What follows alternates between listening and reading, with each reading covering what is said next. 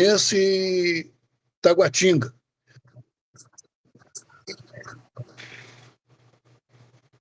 Aí eu participei um pedacinho lá em Taguatinga, né? O avião já estava aqui, eu já tinha feito check-in, aí já fui para Boa, estou chegando em Boa Vista, cheguei até a tempo. Quero saudar todos os amados irmãos, a alegria de revê-los, né? Agradeço as orações feitas em meu favor, os momentos que nós estamos enfrentando aqui, é muito complicado e eu tenho falado para os irmãos que o meu emocional está muito abalado. A minha fé não, ainda bem, que na luta do emocional com a fé tem ganho, tem ganhado, tem sido vitoriosa.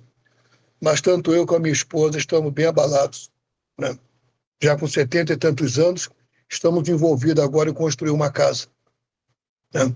Eu já estou aqui, como diz, preparando os bolinhos para a viagem, né? Para a viagem sem volta, e tenho que agora me envolver fazendo obra. Mas nada acontece por acaso, Deus está no seu trono regendo todos os nossos passos. É assim que nós acreditamos, e eu dou graças a Deus por estar com os irmãos. Livro do Eclesiastes, capítulo 11, verso de 1 a 4.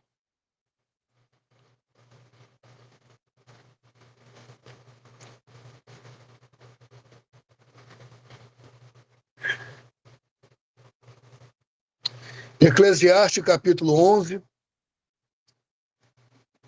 verso de 1 a 4. O procedimento prudente do sábio.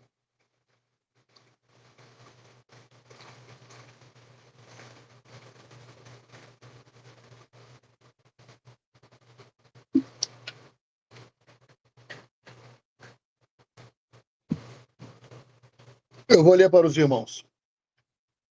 Eclesiastes 11. Lança o teu pão sobre as águas, porque depois de muitos dias o acharás. Reparte com 7, ainda com 8, porque não sabes que mal sobrevirá a terra. Estando as nuvens cheias, derrama um aguaceiro sobre a terra. Olha só, né, rapaz? Olha o texto que eu fui escolher, né? Estando as nuvens cheias, entendeu, Eli? Derrama aguaceiro sobre a terra, rapaz. Não é fácil, não. Caindo a árvore para o sul, para o norte, no lugar em que cair, aí ficará. Quem somente observa o vento, nunca semeará. E que olha para as nuvens, nunca cegará. Amados, numa breve genealogia de Salomão, era uma família complicada, rapaz. Seu pai era um rei segundo o coração de Deus. Adulterou. Sua mãe adúltera. Também, Salomão. Era casada. Adulta. Salomão pediu a Deus sabedoria. No final da carreira, juntou tudo, criou um problema seríssimo.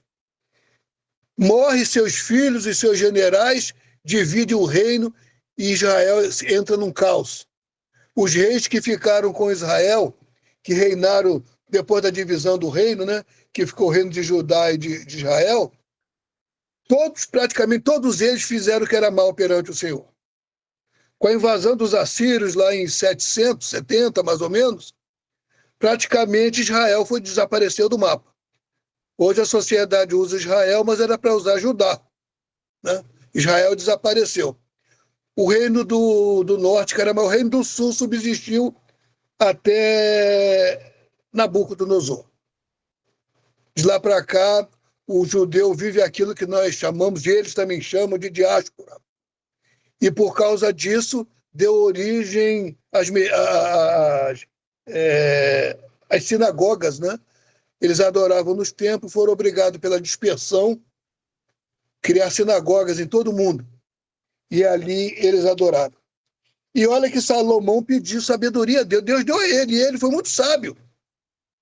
Até o momento que as encruzilhadas da vida, né?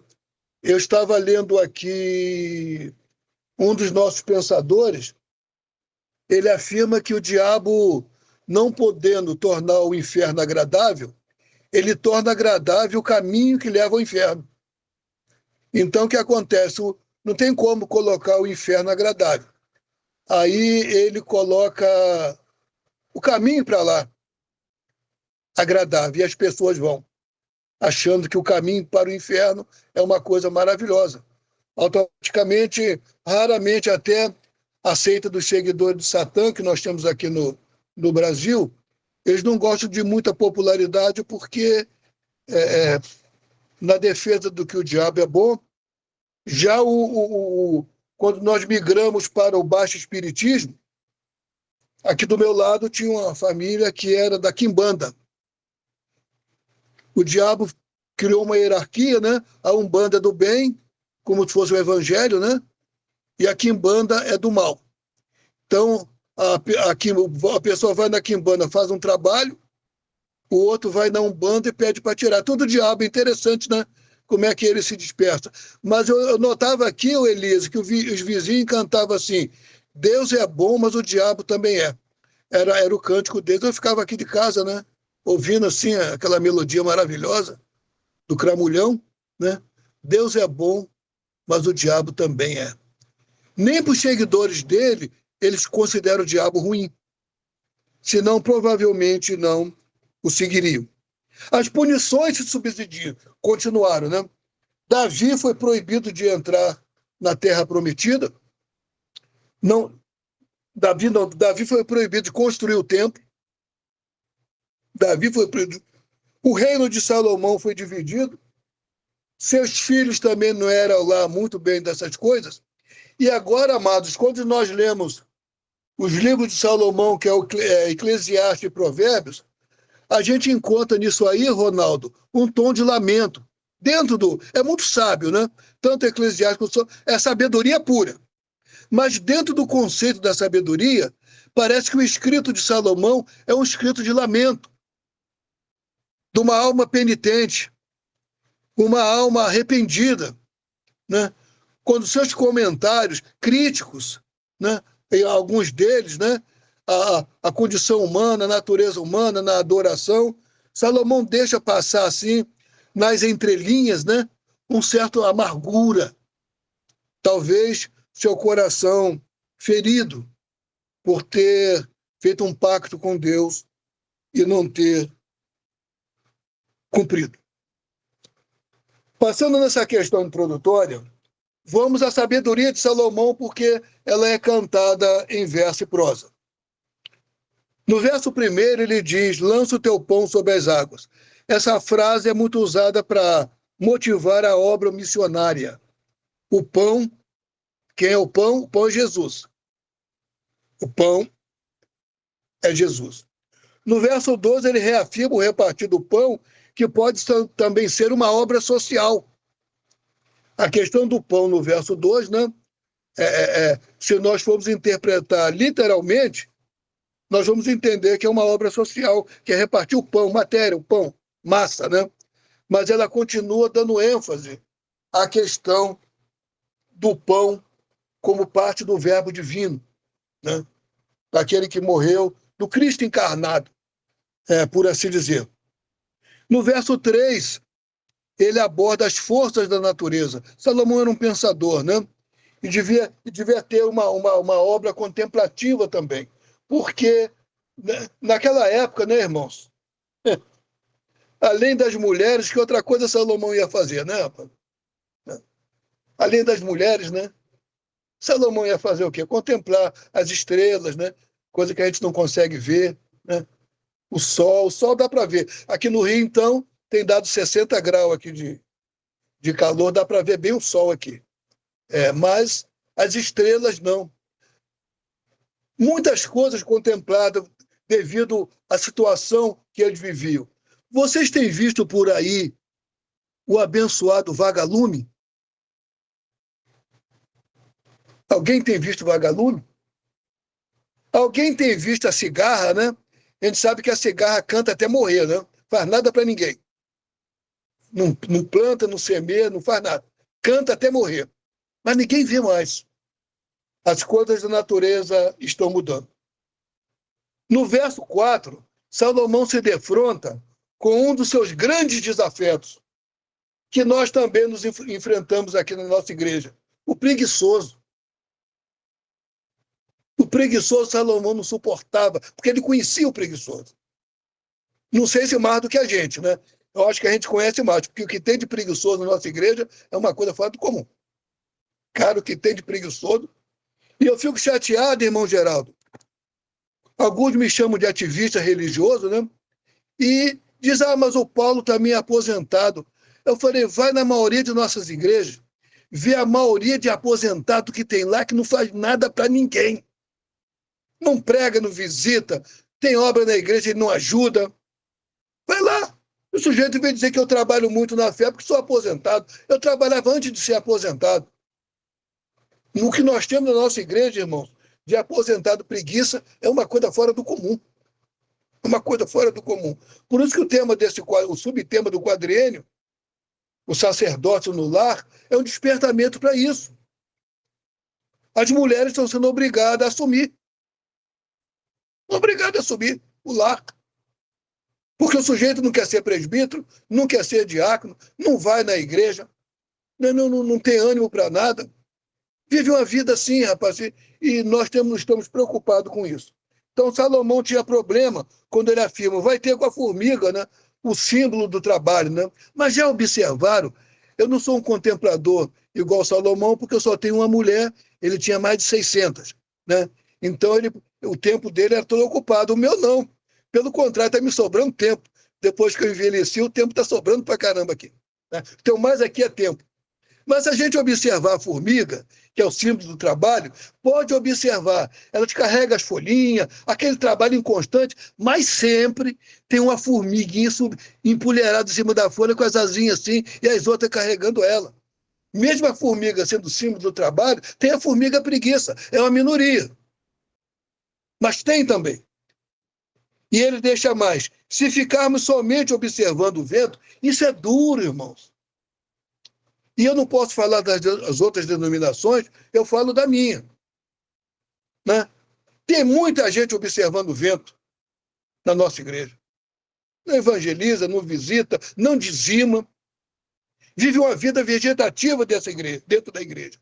Se ficarmos somente observando o vento, não vamos praticar a obra que Jesus fez e confiou a nós.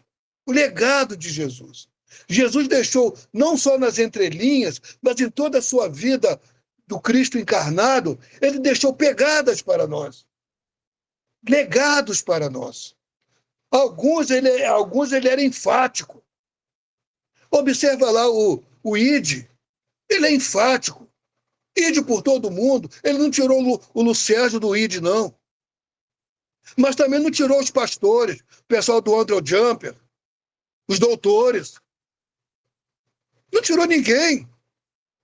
Às vezes, irmãos, eu fico pensando, o que nós temos de congresso de evangelismo nessa igreja é uma coisa fora do comum. Caríssimo, hotel de 4 estrelas, fica todo mundo dentro de 4 paredes, igual os discípulos, quando Jesus foi assunto ao céu. Ficar em Jerusalém, eles obedeceram, se trancaram e jogaram a chave fora, morrendo de medo do judeu. Nós temos uma quantidade enorme de congressos de evangelização, só teoria.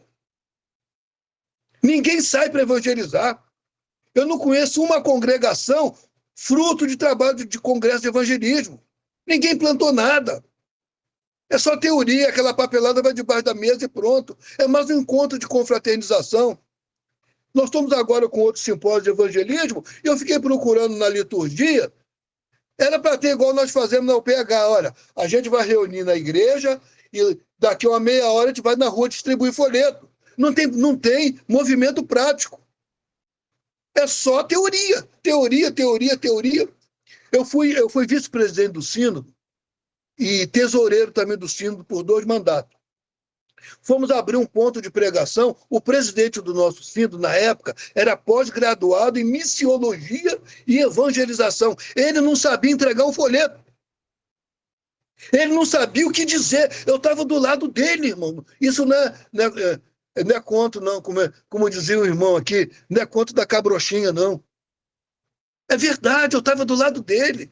Nós fomos no noroeste aqui do Rio de Janeiro, numa cidade chamada Mendes, estávamos abrindo um ponto de pregação e saímos para evangelizar. Ele era doutor, pós-graduado em missões, E evangelização, ele não sabia falar com a pessoa na rua.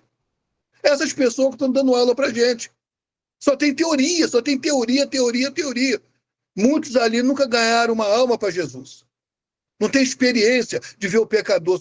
Por isso Salomão escreve, se ficar só observando o vento, vai chover, não vai chover, né? Como diz o ditado, né? O Ceará é grande, mas os obreiros são poucos. Mande obreiros, Senhor, para o Ceará. É assim que nós nos impressamos. Não pregamos o evangelho que ele nos ordenou que pregássemos a toda criatura. Fica claro que não entendemos o plano de salvação para o homem caído, o homem morto em seus delitos e pecados. Michael Horton afirma, irmãos, que a igreja não é lugar para se proteger do mundo. A igreja não é um esconderijo, não é uma trincheira, não. A igreja é o front, é o campo de batalha, onde nós vamos pegar munição, é o paiol, onde vai pegar munição para ir lá no mundo. O inimigo nosso não está dentro da igreja, não. Dentro da igreja tem pessoas que pensam diferente da gente. Lá fora está o inimigo. E nós estamos dentro da igreja. Né? O pessoal diz que, em certos períodos da história, né, o nosso apelido era Espera que Vem. Porque a tarefa do Espírito Santo é converter, a tarefa dele é converter, mas de pregar não é do Espírito Santo não, tá, irmão? A pregação, vê o que Paulo fala para Timóteo? Prega a palavra. Espírito Santo não prega a palavra, não. Ele trabalha no coração da gente. Ele convence a alma do pecador. Ele convence o homem da justiça, do juízo de Deus. O Espírito Santo trabalha dentro da alma. Mas é nós que temos que falar. Somos nós que temos que pregar. Não podemos ficar olhando o vento, né? Eu estou falando isso para crente, né? Porque na igreja presbiteriana, Lu Sérgio, a gente aprende a pregar só para crente, porque não tem visitante. Dificilmente na igreja tem lá uma pessoa não crente. A gente nunca convidou o vizinho do lado para vir na igreja da gente, o vizinho de frente, o colega de trabalho. Essas práticas, né, de evangelismo tão simples. E nós não praticamos, né? Então, os nossos cultos, nossos pregadores se esmeram em pregar para crente. Aí vai dizer o que para crente? Que Jesus vai falar do plano de salvação para crente? Dos 5 pontos do calvinismo para crente? Das marcas da igreja para crente? Né? Assim é a vida. E Salomão deixa para nós um recado muito sólido. Portanto, se nós temos uma conversão sincera, nós temos que, 2 pontos, continuarmos a pregar o evangelho que Jesus pregou e legou e deu legado para nós. Paulo escreve aos Efésios, né? Ele vos deu vida, estando vós mortos nos vossos delitos e nos vossos pecados. E morto, né? Não prega, mas morto ou ressuscitado, com a alma lavada e enxaguada, ele prega. Ainda os Efésios, e estando nós mortos em nossos delitos, nos deu vida justamente com Cristo. Pela graça sois salvos. Favor imerecido. A graça de Deus. Eu estou contrapondo isso aí ao texto quando Salomão diz que quem somente observa o vento nunca vai semear. Nunca vai semear. Ele está preocupado com outras coisas, né? E essas coisas não vão trazer benefício algum. Continuaremos a pregar o evangelho que ele ordenou, porque pela graça sois salvos mediante a fé, e isso não vem de vós, né? É dom de Deus, não vem das obras, né? Então, nós estamos tão incapazes no nosso relacionamento com Deus que até a fé ele teve que nos dar, para que nós pudéssemos continuar a nossa jornada. Continuarmos a pregar o evangelho que ele ordenou. Fazer as obras que ele determinou, para não ficar olhando o vento, esperando o momento oportuno, esperando o dia certo, né? É uma história aí antiga que um nordestino conta aqui, que o cara era laçador de bezerro, né? Naqueles rodeios, né? O cara que pega o bezerro pelo rabo, derruba ele, amarra as pernas. Os vaqueiros sabem do que é, né? Se tiver algum vaqueiro, sabe o que é. Mas o cara era tão bom cavalheiro no rodeio, que ele ficava tirando onda e deixava. Entrava um bezerro, entrava outro, ele não ia. Não, depois eu pego, depois eu pego. No final da história, o último bezerro que entrou não tinha rabo. Então ele não pôde derrubar o bezerro, porque o bezerro é preso pelo rabo e virado, né? Então o comentário quer dizer o quê? Às vezes a gente perde grandes oportunidades e acaba escolhendo um bezerro sem rabo. Se olharmos só o vento, nada conseguiremos. Se nós não olharmos o vento, olhar para Cristo, nós fazemos a obra que ele nos determinou. Paulo escreve aos Gálatas, e não nos cansemos de fazer, porque a seu tempo ceifaremos. Olha, amados, o ceifeiro tem nome, endereço e CPF. O semeador normalmente é anônimo. Normalmente anônimo. Raramente, a não ser o missionário. O missionário é um evangelista específico. Ele tem que pregar e ver o fruto. Nós, missionários urbanos, evangelistas urbanos, eis que o semeador saiu a pregar, a semear. Muitas das vezes, irmãos, pessoas que nós semeamos vão aceitar lá em Marabá, naquele friozinho gostoso lá de Marabá. Muitos vão aceitar lá. E muitos, como o Moacir pregou, vai vir aceitar aqui. Aí, quando a alma aceita, a gente se enche de glória, né? Tem uns que coloca até na agenda. Mais duas. Converti mais dois hoje. Converteu nada. Você colheu. Você é apenas o semeador, o ceifeiro, né? Você colheu. Faremos a obra que ele determinou. Paulo ainda escreve aos Gálatas. Por isso, quando tivermos oportunidade, façamos o bem a todos, mas principalmente aos da família da fé. Ainda aos Gálatas, né? Interessante que Paulo escreve a carta aos Gálatas para combater os judaizantes, né? Que estavam apregoando que era muito bom aceitar Jesus, ele era o Messias, mas tinha que cumprir parte dos rituais judaicos, principalmente do cerimonial judaico. Circuncisão, não dormir com mulher menstruada, não fazer isso, não comer carne de porco. Eu não como carne de porco justamente porque Jesus jogou o demônio no porco. Poxa, se Jesus tivesse jogado o demônio em outra pessoa, em outro troço, logo no porco, e jogou uma legião nele. Aí eu fui visitar meu tio lá em Friburgo, tá lá carne de porco. Falei, pô, tio, tu é presbítero há 50 anos, rapaz. Tá comendo carne de porco? Paulo deixa para nós também, né? Quando ele afirma, levai as cargas um dos outros, e assim cumprireis a lei de Cristo. Se nós não olharmos o vento, nós vamos semear, vamos colher, ou alguém vai colher. Mas nós vamos semear. Vamos continuar a pregar o evangelho que ele ordenou e pregou. Jesus não era teórico. Jesus era prático. Fazia na prática. Nós vamos fazer a obra que ele nos determinou. É enorme a obra que ele nos determinou. Está tudo aqui na Bíblia. Mas uma delas, uma causa pétrea, é a pregação do evangelho. Aí nós herdaremos o reino dos céus, como ele nos prometeu. Paulo escreve ainda aos Gálatas, mas a Escritura encerrou tudo sobre o pecado, para que, mediante a fé em Cristo, fosse a promessa concedida aos que creem, para resgatar os que estavam sob a lei. Isso aí estava escrevendo para os judaizantes, dando uma varadazinha dele, né? Para resgatar os que estavam sob a lei, a fim de que recebêssemos a adoção de filhos. E porque sois filhos, enviou Deus ao nosso coração o Espírito do seu Filho que clama, Abba, Pai. Ainda aos Gálatas, de sorte que já não és escravo, porém filho, e sendo filho, também herdeiro. Qual é herdeiro com Cristo?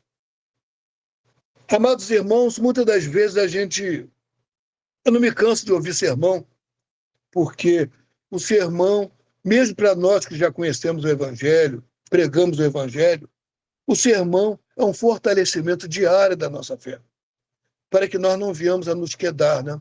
Muitas das vezes, ontem, olhando lá na minha congregação, principalmente igreja pequena, irmãos, a gente observa tudo. Igreja muito grande, não.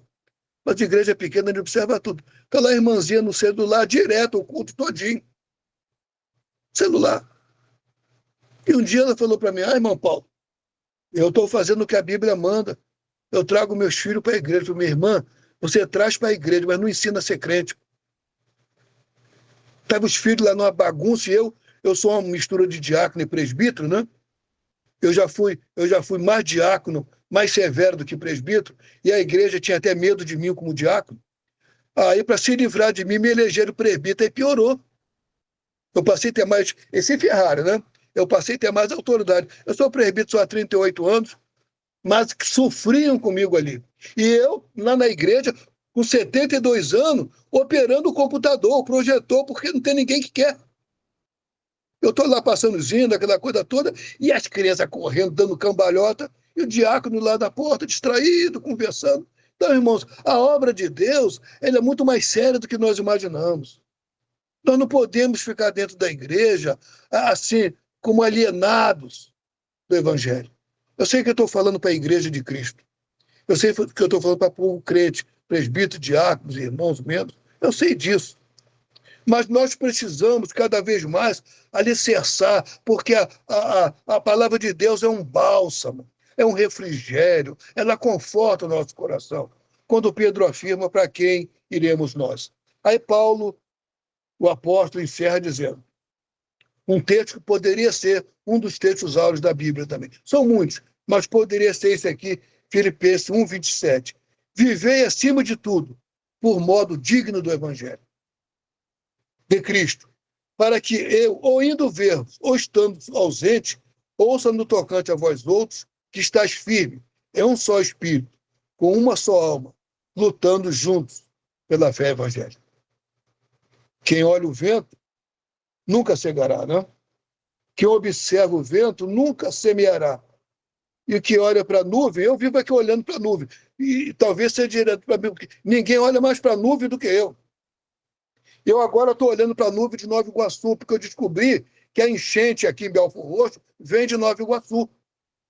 Eu só olho, eu mudei meu clima-tempo de Belford Roxo para Nova Iguaçu. Eu olho as nuvens, mas quando chega a hora de ir para a congregação, eu esqueço as nuvens e vou.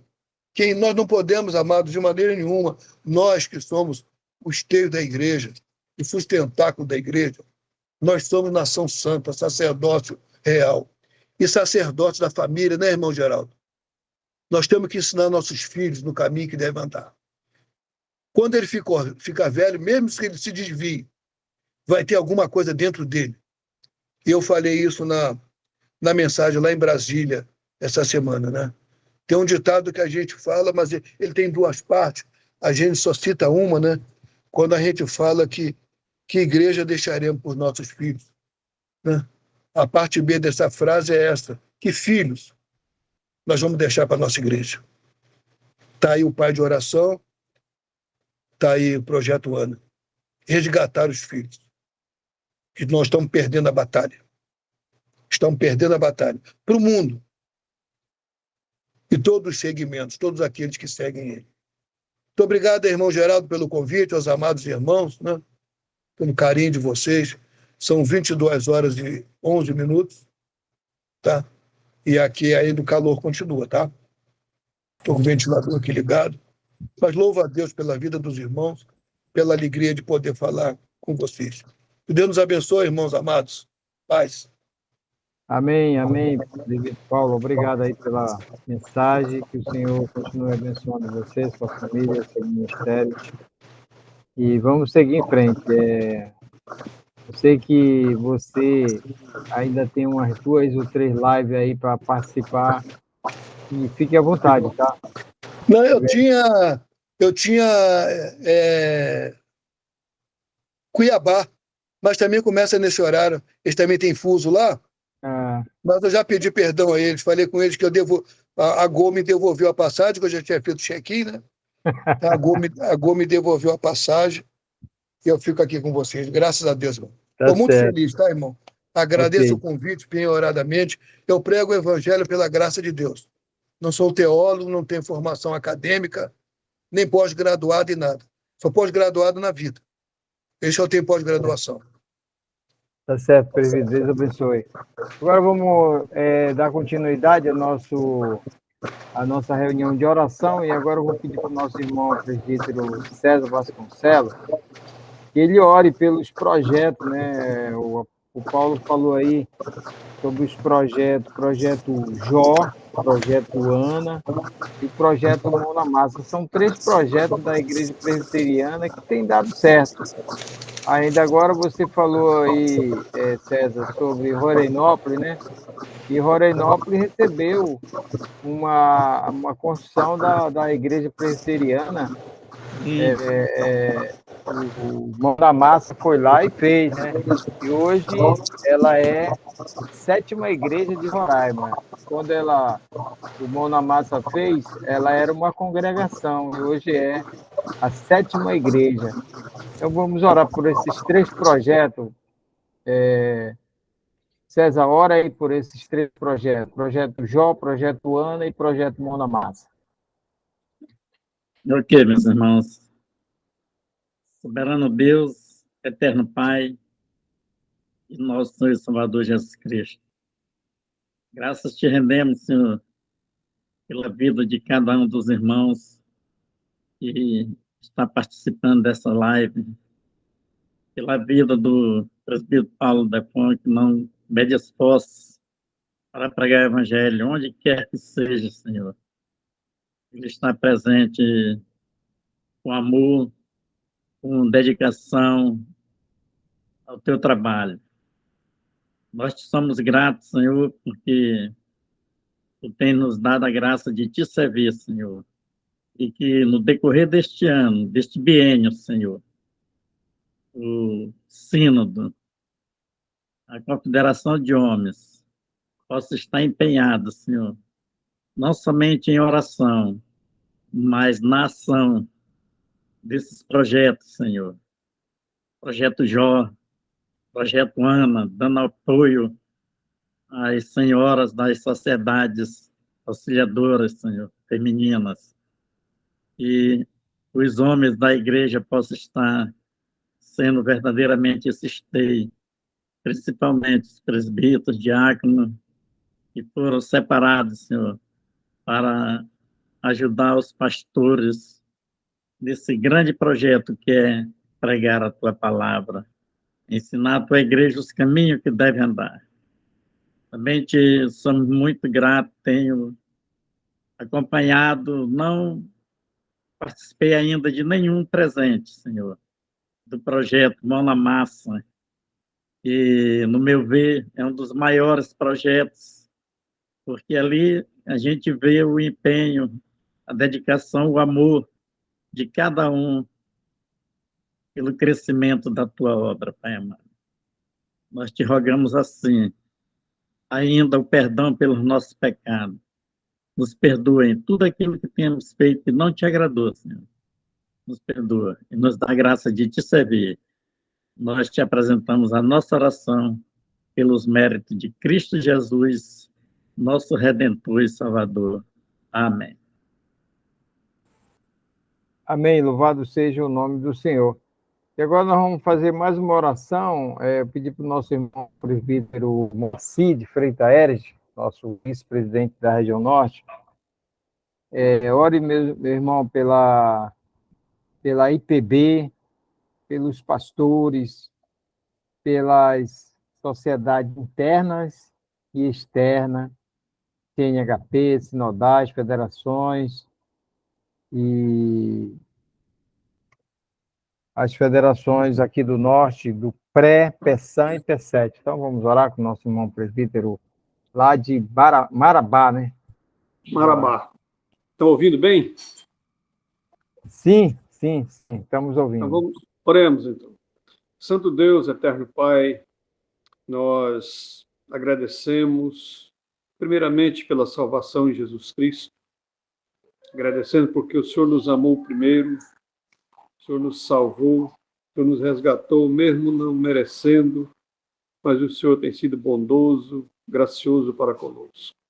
Nós queremos suplicar agora, Deus, pela Igreja Presbiteriana do Brasil, que tem, assim, nós estamos notando muito esfriamento, pelas sociedades internas, especialmente o PH, o Deus, que o Senhor esteja abençoando. Abençoa, Senhor, os jovens, as mulheres, as crianças, os adolescentes.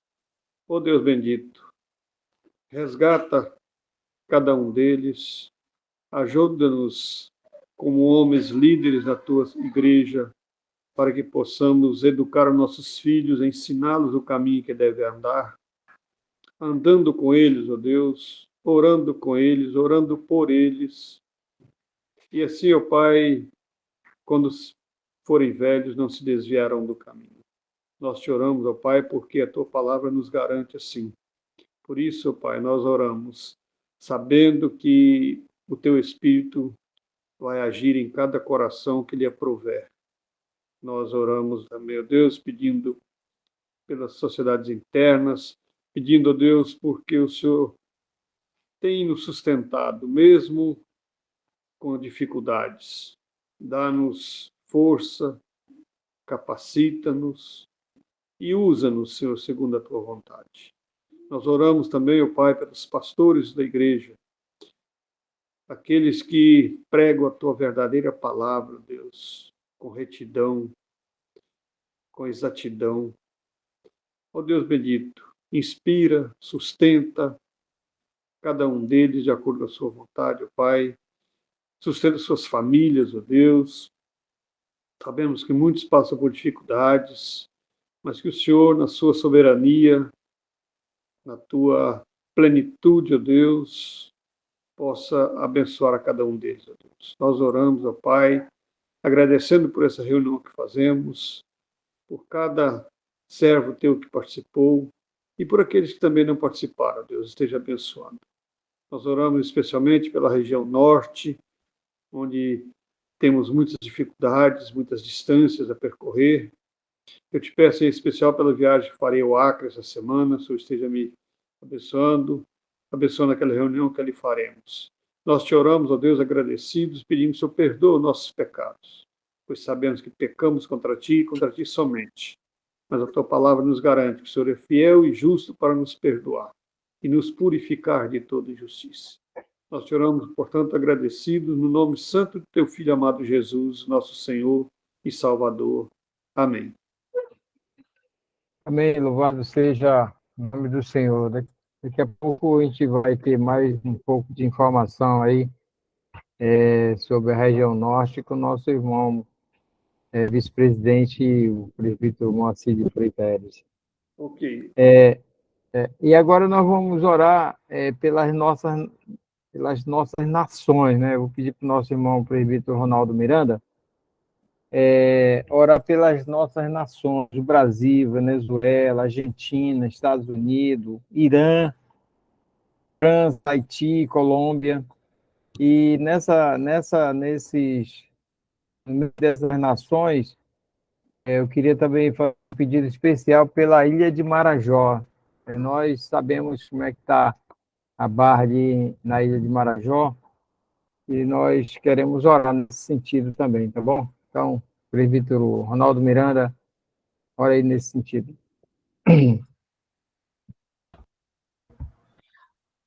Boa noite, irmãos. Alegria estar participando aqui com vocês. E essa semana passada eu estive lá no interior aqui do estado de Minas Gerais, na cidade de Dom Cavate, onde eu nasci, para a comemoração dos 100 anos de organização da igreja. Na verdade, a data é em agosto, mas eles fazem um evento todo mês, né? Todo mês tem um evento e vai terminar lá em agosto com o pastor Roberto Brasileiro. E uma alegria muito grande. Vamos orar, então. Poderoso Deus, eterno Pai, nós estamos aqui na tua presença, Senhor, te pedindo que o Senhor venha abençoar esse mundo que está tão perdido, com tantas coisas erradas que a gente não sabe como fazer. Vem proteger, ó Deus, nossos governantes, vem proteger, ó Deus, os países, ó Deus. Te pedimos pela Guiana, pela Venezuela, que fica nessa crise, também te pedimos pela guerra lá na Ucrânia e Rússia, Senhor. Ó Pai, povo da Ucrânia, Senhor, tem piedade daquele povo que está sendo massacrado lá, ó Deus. Jesus, tenha piedade, Jesus, porque possa terminar aquela guerra e eles reconstruir aquela nação, Jesus. Te pedimos também, Pai Celeste, por Israel, pelaquela guerra ali contra aquele povo, Senhor, do mal, Senhor, que chegou lá matando tantas pessoas, Pai. Abençoa, Senhor, os líderes, para que tome decisões acertadas, Senhor. Poupa, Senhor, a vida das crianças, a vida dos enfermos, dos hospitais, Jesus. Ó, Pai, tenha piedade, Jesus. Te pedimos também pelo povo do Espírito Santo, Senhor, que está sofrendo com as chuvas, especialmente a cidade de Mimoso do Sul, Pai, que foi devastada, inclusive o templo da Igreja Presbiteriana, Jesus. Dá condição da gente ajudar, do governo ajudar, governo estadual, governo federal. Abençoa também, Senhor, a situação do clima, Jesus, que está trazendo tanto sofrimento para a gente, um clima de temperatura tão elevada no norte, nordeste, no Rio, Senhor. Ó Pai, aqui em Minas Gerais, Jesus. Te pedimos, Pai Celeste, que o Senhor venha nos guardar, nos abençoar, dar-nos força, protege a nossa saúde, ó Deus, no meio dessa crise tão grande de dengue, chikungunya, Covid, Senhor. Ó Pai, não deixe a gente sofrer com essas enfermidades, Pai Celeste, nos dá força para suportar. Abençoa o irmão Geraldo, que está no comando da reunião, também os que não puderam comparecer, seja por qual motivo, o presbítero ali que teve que sair para participar de outra reunião, Pai. Nós te agradecemos, nós te pedimos, no nome poderoso de Jesus. Amém. Amém. Agora vamos fazer mais uma oração, pedir para o nosso irmão presbítero Sérgio. Nosso irmão, o presbítero José Roberto Alves, ele pediu oração pelo seu neto. Talvez seja o O Vicentinho, né? Hã? Vicente. É o Vicente, Vicentinho. Ele colocou no grupo dizendo o seguinte, que orar pelo neto do presbítero José Roberto Alves, ele teve alta da pneumonia, então ele estava com pneumonia e aí ele teve alta. E agora está voltando para o hospital com convulsão, entendeu? Então, vamos orar nesse sentido pelo neto do presbítero José Roberto. E também por nós, né? Para que nós, pela nossa sinodal, para que nós possamos continuar firme no caminho do Senhor e como o Paulo da Flon trouxe a palavra aí, eu me lembrei das palavras do reverendo Augusto Nicodemos. Ele falou que se nós, como igreja, deixar de pregar o evangelho para as pessoas e deixar que elas venham para Jesus por conta própria, aí ele faz uma pergunta dizendo, sabe quantas pessoas vão vir? Nenhuma. Então, realmente nós temos que pregar o evangelho. Prega a palavra, insta, quer fora de tempo ou em tempo. O apóstolo Paulo nos falou isso, para a gente pregar a palavra. Então, vamos orar aí agora com o nosso irmão presbítero Sérgio. Vamos orar, meus irmãos. Senhor Deus, nós te agradecemos, ó Pai, pelas nossas vidas. Apesar das circunstâncias, o Senhor tem nos preservado, tem nos fortalecido a fé por meio da pregação da Tua palavra, tem nos permitido ter reuniões como essa, onde nós compartilhamos nossas aflições. Rogamos a Ti, Senhor, que nos ajude a enfrentar essas dificuldades. Ó Deus, queremos te pedir pela vida do Vicente, Senhor, Vicentinho, que passou por uma cirurgia tão grave, ó Pai, em seu coração, e está em recuperação, e agora há pouco teve que retornar para o hospital devido a uma convulsão. Ó Deus, abençoa essa criança, Senhor, dá da tua poderosa mão sobre a vida dela, Senhor, para que ela possa se restaurar rapidamente.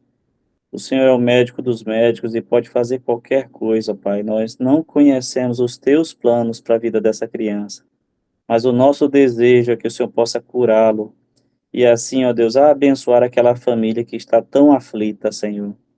Ó Deus, cuida, Senhor, do pai do Vicentinho, da mãe dele, dos avós, que é o José Roberto Albrecht, que o Senhor possa dar da tua paz para eles, ó Deus, que eles possam estar conscientes e confiantes no Senhor.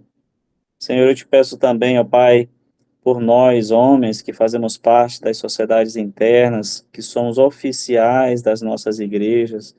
Ó Senhor, nos ajuda, Senhor, para que possamos testemunhar do Senhor e glorificar teu nome em todo o tempo, Pai. Que nós não fiquemos olhando para as nuvens, nem observando o vento, mas que nós possamos estar empenhados em fazer a tua vontade, Senhor. Ó Deus, nos ajuda, Senhor, para que nós possamos sempre ter uma palavra tua, Senhor, para falar para qualquer pessoa que esteja ao nosso lado, que nós não percamos as oportunidades que o Senhor tem nos dado. Ó Deus, nos ajuda, Senhor, a ser sempre diligentes na pregação da tua palavra. É o que nós te pedimos em nome de Jesus. Amém, Senhor. Nós já estamos agora chegando ao final da nossa reunião, mas antes de terminarmos, eu queria ouvir a palavra aí do nosso irmão Moacir, né? Ele é o vice-presidente da região norte. As últimas notícias que a gente soube era que a região norte ia ter 2 vice-presidentes, e a gente nunca mais ouviu falar sobre isso. E, Moacir, você fala sobre isso e também dá essas últimas notícias, e logo em seguida você vai falar o moto, e depois o nosso irmão presbítero Paulo da Flor vai fazer a oração final, e aí a gente encerra, tá bom? Vamos lá. Está com a palavra, Moacir. O que eu tenho a dizer é o seguinte, sobre a divisão da região norte, já está na mão do Supremo Concílio, né? O Paulo da Flor levou a documentação e agora é esperar os trâmites legais. E, em se dividindo a região norte, teremos 2 vice-presidentes. Creio eu que eu terminarei o meu mandato como uma das regiões e elegeremos outro para a região 1 ou 2, como se determinar, né? Como se nomear. Então, eu creio que está funcionando. O Paulo poderia até dar mais informações sobre isso, mas, no meu entender, está dependendo agora só da resolução do Supremo. Ok? Então, ficaremos aqui na região onde eu moro, o Pará e o Amapá, e ficarão o Acre, Roraima, Rondônia, na outra região. Certo? Então, eu creio que assim está definido. E estamos esperando a reunião da Executiva do Supremo, a reunião do Supremo para a decisão final. Ok? Então, Okay. sobre o que eu tenho então fale o moto sobre e em seguida o Paulo, antes de orar, pode dar uma palavra também e orar e para encerrar. Certo. Mas depois que encerrarmos, eu ainda queria uma perguntinha a você. Tá ok. Vamos falar o moto e encerrar, depois eu quero bater um papo com vocês. Confiança em Jesus, entusiasmo na ação, união fraternal. Amém. A palavra está com o presbítero Paulo. Irmãos, eu encaminhei 2 documentos ao Supremo, né? O desdobramento do Norte e outro negócio da sigla lá da UPH, lá, que isso aí vai ser um.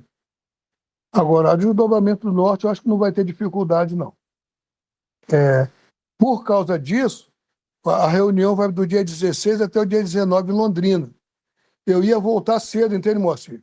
Mas com medo de atrasar o documento, eu ia sair de lá às 5 horas da manhã, para chegar aqui em casa cedo. Mas, por causa desse documento, eu comprei a passagem para as 15 horas. Porque eu estou com medo de eles empurrando, e ficar lá o documento, e depois, se não tiver ninguém para falar com conhecimento, eles não vão dar nem atenção. Então, eu mudei a compra da passagem, se Deus permitir, eu vou sair lá de Londrina às 15 horas. A reunião termina às 14, provavelmente vai terminar antes do almoço, mas eu espero que os nossos documentos sejam tratados antes disso. Tá? É o desejo do nosso coração. Eu já fiz o documento, encapando o documento de vocês, né? E dei meu parecer favorável, então eu acho que eu dando o parecer favorável tem mais facilidade de passar. Vamos orar. É um reforço. É um reforço. Amado Deus, muito obrigado por essa reunião, por rever os irmãos, conversarmos, orarmos, né? Que é uma reunião de oração. Ouvimos a tua palavra, Senhor Deus. Abençoa a vida de cada um dos irmãos, fortalece a fé, aumenta a esperança, conforta o coração, seca as lágrimas, e que nós possamos continuar cada vez mais entendendo a mensagem muda da cruz. A mensagem muda da cruz. Como diz Santo Agostinho, né? Prega o evangelho. Se houver necessidade, use as palavras. Se não, pregue com a sua vida. Muito obrigado por tudo que o Senhor tem nos dado, pela vida de cada um dos irmãos, pelo convite que me foi feito. Eu rogo e agradeço em nome de Jesus. Amém. Amém.